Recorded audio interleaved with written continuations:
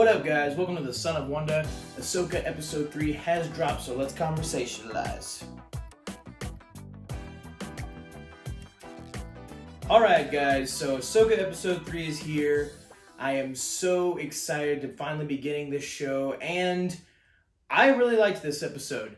I will say it didn't have a ton of story movement, maybe not as much as I would hope for. At the same time, though, it did establish some things that I appreciated, as well as it did nothing that offended me, kind of like the lightsaber stab in the last episode.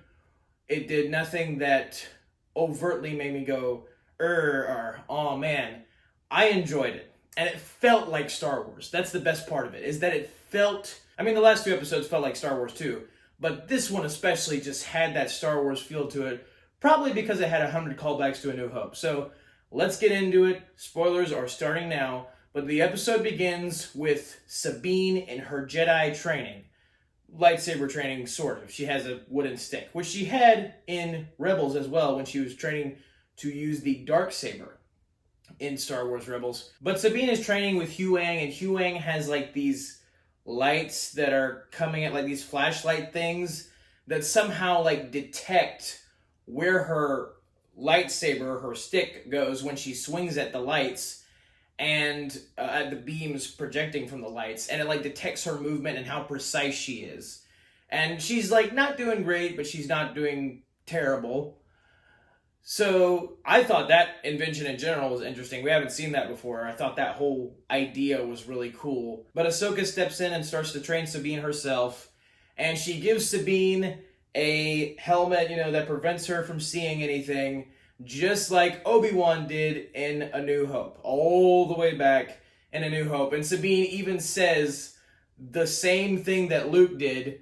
I can't even see. How am I supposed to fight? The blast shield down, I can't even see. How am I supposed to fight? Literally, that was ripped straight out of A New Hope. And when Obi-Wan had Luke put the blast shield on when he was training with the training remote droid with the lightsaber that Obi-Wan gave him, Anakin's lightsaber. And I loved it so much. I loved that callback. Again, it felt like Star Wars. And Ahsoka starts teaching her how to be able to anticipate the opponent's movements. Ahsoka starts literally going back and forth around Sabine until Sabine can at least get a little bit of a hint as to where Ahsoka is at any given time. And I just love this whole training montage because it felt very Jedi-esque. And the things that Ahsoka was saying felt like something that a Jedi would teach a Padawan. It didn't feel out of place. It didn't feel like, oh, well, that's not very Jedi-y. I just invented a new adjective there. But it felt Star Wars. It felt like Master and Apprentice, and that's exactly what it's supposed to feel like. There was even one line where Ahsoka said, "Sense my intention." Sense your opponent's intention. And that line specifically really caught my ear. And I was like, oh, that's actually a cool way of putting it. Don't just sense what your opponent is going to do, sense the actual intention inside of them. Sense what they're going to do before they even do it, before they even remotely act on it. That idea was really cool, and also, again, felt very Jedi-y. But the bottom line is, Sabine has yet to show any aptitude for the Force whatsoever. In this lightsaber training, she does fairly decent at... She gets a little better at it, but at the end of the day, she does get her butt kicked. So, she's still definitely a work in progress when it comes to being a Jedi. And Ahsoka's just basically trying to tell her that even though you're Mandalorian and you have weapon skills by being a Mandalorian by default, you're not, you can't just rely all on your Mandalorian heritage to save you, especially against the opponents we're facing, Shin Hati, Baylan Skoll, definite Force wielders. Sabine already got her butt kicked by Shin Hati and shouldn't have survived, but whatever. Anyway, Ahsoka and Sabine eventually had a little talk, and Ahsoka tries to encourage her by just starting small. She's trying to tell Sabine that the Force lives in everyone and that it lives in Sabine, and that if you might just start with some smaller Force tasks, you can grow, and really, if you accept the discipline and accept the teaching and the challenge, you can become a great Jedi or a great Force wielder. And so Sabine tries to pull this cup to her. Ahsoka pulled the cup to her, so she was start small, so Sabine tries to pull this cup to her. And she's not able to do it. She's like literally trying. She's like looking at it. She's trying, and she's not able to do it. And I really appreciated that because I did not want her to just like it's already a hard. It's already a weird idea for me to process. Like Sabine as a Jedi, I don't know if that really fits. She's such a Mandalorian, and she never showed any strength in the Force beforehand in Rebels, and even in this show now. The whole 3 episodes we have of it. But I just, if they're gonna do this, I need them to really ease into the idea, not just jump head first like they did with Rey in the sequel trilogy. And she's like, oh, she can mind trick. Oh, she can force push. Oh, she can force pull. Oh, she can do all these crazy things. No, ease into it. Build it up. And that seems to be exactly what they're doing, because that cup didn't move an inch. Not even a little bit did it move. So I was really glad that it didn't move, because again, it shows that Dave Filoni is willing to give Sabine character progression when it comes to being trained as a Jedi. He's not just going to throw her in and have her do all this crazy Force stuff right out of the gate.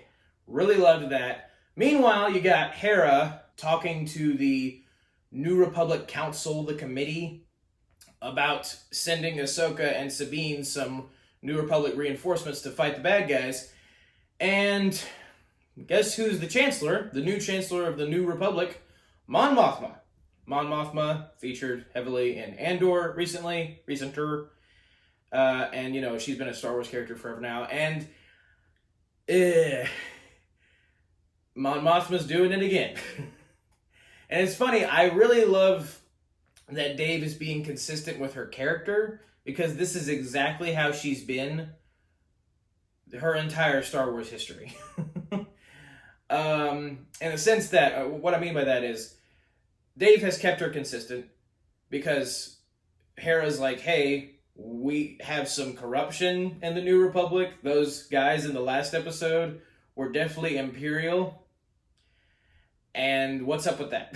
like that shows signs of a greater threat, not just a contained one. Especially with what's been going on in Mando Season 3 and all the New Republic corruption over there, you'd figure the New Republic would start to get the hint that, maybe we should be more, I don't know, like, aware of these kind of things.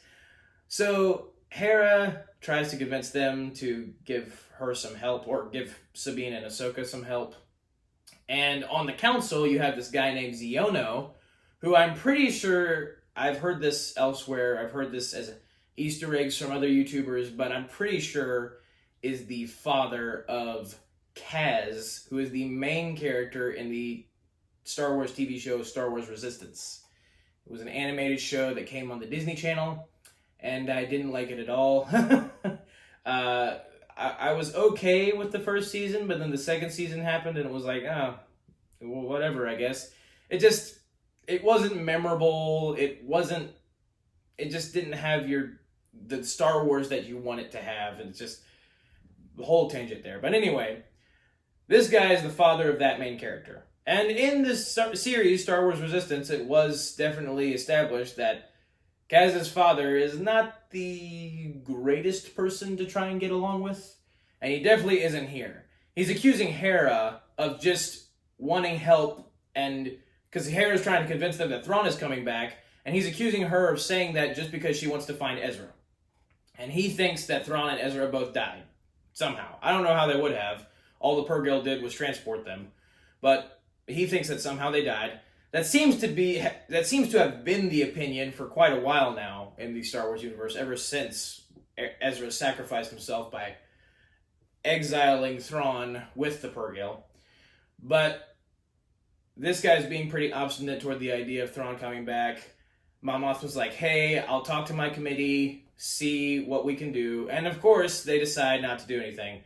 And that is in line with Mon Mothma's character. Every time she is presented with the idea of, oh, we need to help these people, this is really important, this could mean a lot, there might be danger here, she's always hesitant, and she either ends up acting on it or ends up not. She usually needs quite a bit of convincing, and that's very annoying, but that is her character. That's not at all that doesn't at all go against the grain of what's been established previously.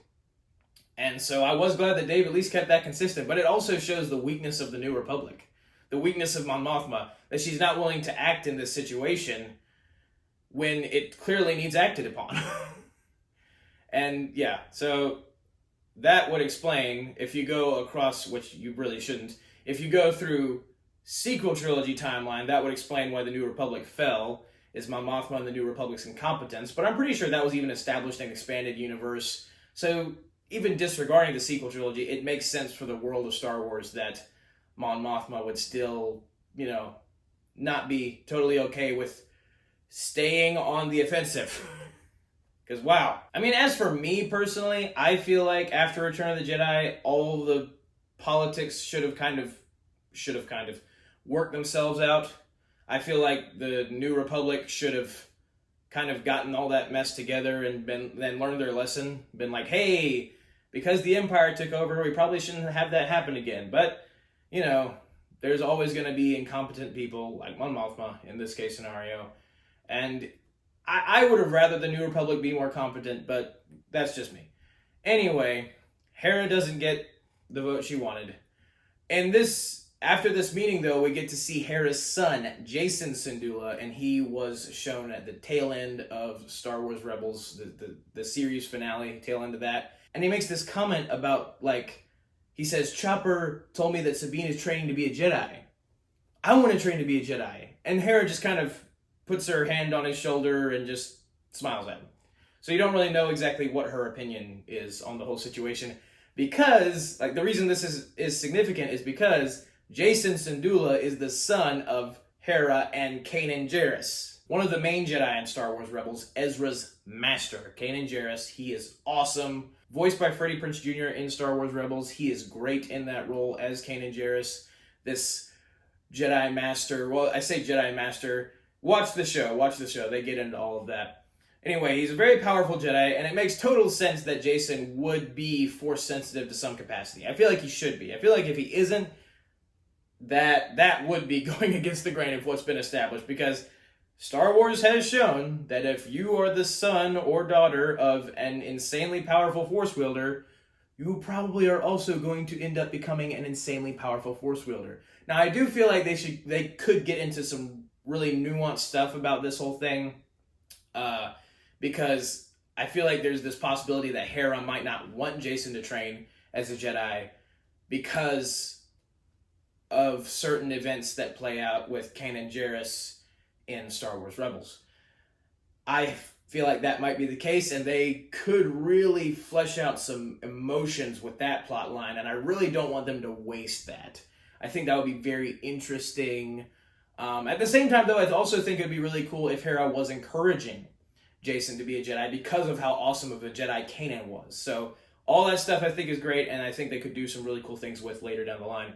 But then Ahsoka, Sabine, and Huyang come out of hyperspace, and they see the giant hyperspace ring called the Eye of Sion, as named by Morgan Elsbeth in the previous episode, and it is above the planet. I don't remember the planet's name. Have it on the screen here. But it's a very, that's no moon, that's a space station moment, sort of. Like the way they come out of hyperspace. And then immediately they're attacked by bad guys, just like in A New Hope. Shin Hati and Marok in, these almost like General Grievous's starfighter mixed with pod racers. Like an amalgamation of the two of those. These ships, they look really interesting. But Shin and Marok fire on Ahsoka's Jedi starship, and they're trying to get away. And of course, Sabine gets in the gunner, just like Han Solo, Luke Skywalker, and the Millennium Falcon. Again, tons of New Hope references here, and I love it so much. And it just has that feel of, Sabine's trying to take out some guys, Ahsoka's working with her, piloting the ship, figuring out how to maneuver so Sabine can get some shots on the bad guys. And it feels Star Wars, it feels like A New Hope, and that's what these shows, that's the kind of feeling they're supposed to hit. And, Mandalorian is its own thing, but it still works as Star Wars. This is traditional, good old-fashioned Star Wars, and I love it so much. That doesn't make Mandalorian bad, it just makes this show it makes it feel great. But Ahsoka and Sabine take out a lot of the starfighters, but Huyang needs to get closer to the hyperspace ring in order to scan it fully and see what it is. And eventually they get hit by the turbo lasers shot from the hyperspace ring. They're disabled for a little bit. Huyang gets knocked out for a second, and then Ahsoka literally walks out onto the hull of the ship in full Star Wars astronaut gear, and with her lightsabers fights off the starfighters trying to finish the ship off. Her starship off. And it is an awesome scene. I'm so glad we finally get a scene like that in live action Star Wars. That's really only been in the animated stuff where they've done that. And it calls back to some stuff that happened in the Clone Wars, very specifically, also involving Ahsoka pretty much doing the same thing. So flipping cool. But Ahsoka blocks all the starfighter shots. She does this awesome move where she jumps over one of the starfighters as it's flying by and destroys it with her lightsabers. It is sweet. But then Sabine tries to get the ship working again. She succeeds. Ahsoka gets back in and they fly toward the planet into the mist of the sky of the planet, up in the I guess you could say the lower atmosphere, you could say, something like that. And Marok and Shin Hati are the only two people in starfighters left chasing Ahsoka, Sabine, and Huyang in their ship. And they eventually come upon some Purrgil. And that was the coolest reveal ever. Literally, you see this creature coming out of the mist, and I thought I saw a creature in the trailers. I just assumed it was another random Star Wars creature. I had no idea it would be the Purrgil, and you saw the Purrgil in the first episode of Mando Season 3. You get a glimpse of them as Mando and Baby Yoda are traveling through hyperspace, and they're in one starfighter, and you see the Purrgil traveling with them. You see their silhouettes in hyperspace. So that moment was really cool, and I hoped it would get paid off. I hoped it would get paid off in Mando Season 3, but I especially hope to get paid off in this show, and it does because you see them. And they look really good. I say they look really good. Their color isn't brought out as much as it was in Star Wars Rebels. Like, there's not as much detail, but still, I think the way, like, the reality of them is done well. And, you know, again, it was such a cool reveal. And it's interesting for Sabine, because this is the first, she admits this later to Ahsoka as well, this is the first time she's seen Purrgil since Ezra sacrificed himself. So it's a very important moment for her, and astounding moment for her. And even Ahsoka smiles. She's like glad to see them because she knows what that means. The Purrgil are always just kind of this source of comfort. Like, you know, always kind of know what side they're on. They feel like they're on the side of the Force, which is on the side of good, on the side of light. So it's always awesome when they're around. But Shin Hati and Marok keep chasing them, and I thought the Purrgil were gonna they were gonna hit the ships because that's all they did in Rebels, but they never do. And I do feel like that's a bit of like plot armor stuff for Shin Hati and Marok. They're the only two fighters left. I kind of wish there were some other random fighters that were flying toward Ahsoka just so the Purrgil could get to destroy them. But by this point in the episode, it's just Shin and Marok left, and so they can't get destroyed yet. They have more stuff to do in the story. So it's definitely plot armor-esque, and I don't understand why the Purrgil didn't help out, but we'll just call it the will of the Force. Anyway, they chase them. Eventually, Ahsoka and Sabine lose them in the mist, and they're able to land in the forest. They shut all the power down. Huyang had woken up, but then they shut him down too. So Marok and Shin just fly over the forest, and they don't detect any signals on their radar. Also, big thing in here, Marok talks. He says a few lines in this episode, and I had mentioned in the last episode how I really loved how he didn't talk. And there's a part of me that wishes they kept it the same, that they still had him not talk. But at the same time, though, his voice sounds incredible. And I also made a comment in the last video about how Marok, like, I thought he was Sam Witwer. I hoped he was Sam Witwer as a version of Starkiller as this Inquisitor. And I said that even if they put a ton of distortion on his voice, the fans would still know it's him.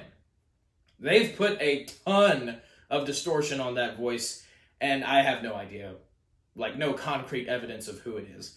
But I also feel like they wouldn't be putting that much distortion if it did not require it. So I guess I was wrong in my last video. They can put enough distortion on it, but I still feel like they're trying to hide the fact that it is Sam Witwer in that suit. It better be, because I will jump out of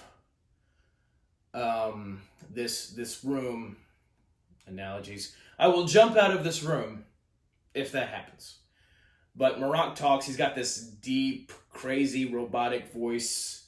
It's pretty cool sounding. But they fly over. They're not able to detect them because Ahsoka shut the power off. They fly away. Ahsoka's able to turn the power back on. And Huyang was able to complete his scan just before they got shot up in space. And he realizes that it is, in fact, a hyperspace ring.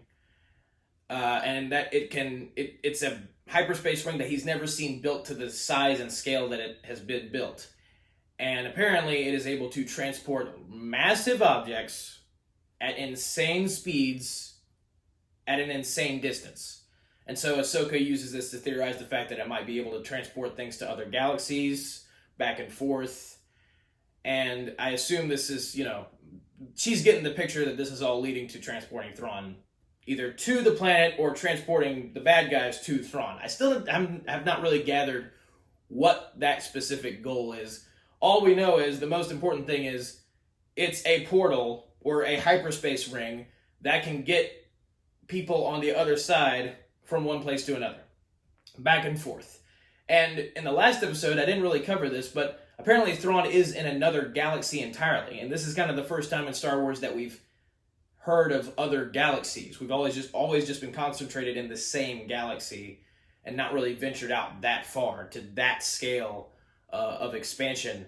And so apparently it's called the Path to Peridia, or at least the specific direction required to get to Thrawn, wherever he is. So he might not be in the unknown regions. I said, I had thought that Dave Filoni had previously said Thrawn and Ezra were in the unknown regions, but now it's looking like, this might be the unknown regions, like this other galaxy, but I'm not really sure. We'll have to see how all of that plays out. But that's basically the gist of it. Sabine does say to Ahsoka what I had talked about previously.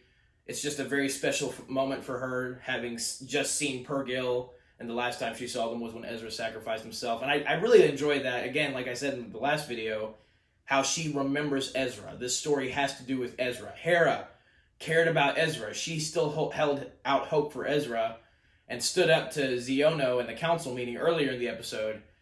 And you can just really tell that the love for the Rebels crew, for the love that they have for each other, is real. And Dave Filoni's done a really great job of taking that spirit and that love and then transitioning that into live action. I feel like he's done a great job with the writing and the dialogue of these episodes. But she admits that to Ahsoka, and then we pan over to Baylan Skoll, and he basically just tells us, Morgan Elsbeth's henchmen, bad guys, Ahsoka and Sabine are in the forest, go get them. I guess he knows that. I'm not really sure how he knows that. Again, will of the Force, I think he just senses it. We've seen that before with other Darksiders. That's basically the gist of the episode. There's not a lot in this episode, like I said, not a ton of story movement. I was a little disappointed that we kind of end the last episode and end this episode in very similar spots. Again, a few things are established. The New Republic probably isn't going to help Ahsoka, at least not at this time. Ahsoka does know a little bit more about the bad guys' plans because of Huyang's scan of the hyperspace ring. And Ahsoka and Sabine and Huyang are on the planet. So the planet that should have a pretty big climactic battle on it, as we've kind of seen hints of in the trailers. So we definitely didn't go on a side quest. I think we just kind of went on an extended journey of maybe what could have been shorter. But I'm okay with it because we still used the time we were given to establish more of Ahsoka and Sabine's master and apprentice relationship, as well as establish some stuff about the New Republic. So I'm game. I still love this series, and I cannot wait to see what's next. I hope the lightsaber duels get better, though. That's my one big gripe. But thank you guys for watching. Have a very blessed day. May the Lord be with you. May the Force be with you. Goodbye. And that's a wrap. And may the Force be with you.